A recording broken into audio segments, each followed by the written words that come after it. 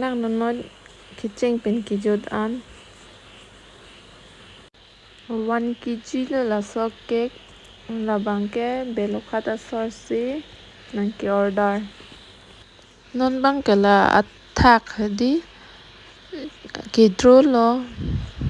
la pu asin pilap te design ke manai joy ke pamati di la ni joy ke phan ki draw lo white ke blue color sipi nang lang nói white color tang et pen la blue color bang kasemar ame khai monai bang anang paklang pon pedet lo a video ding red pupumat hedi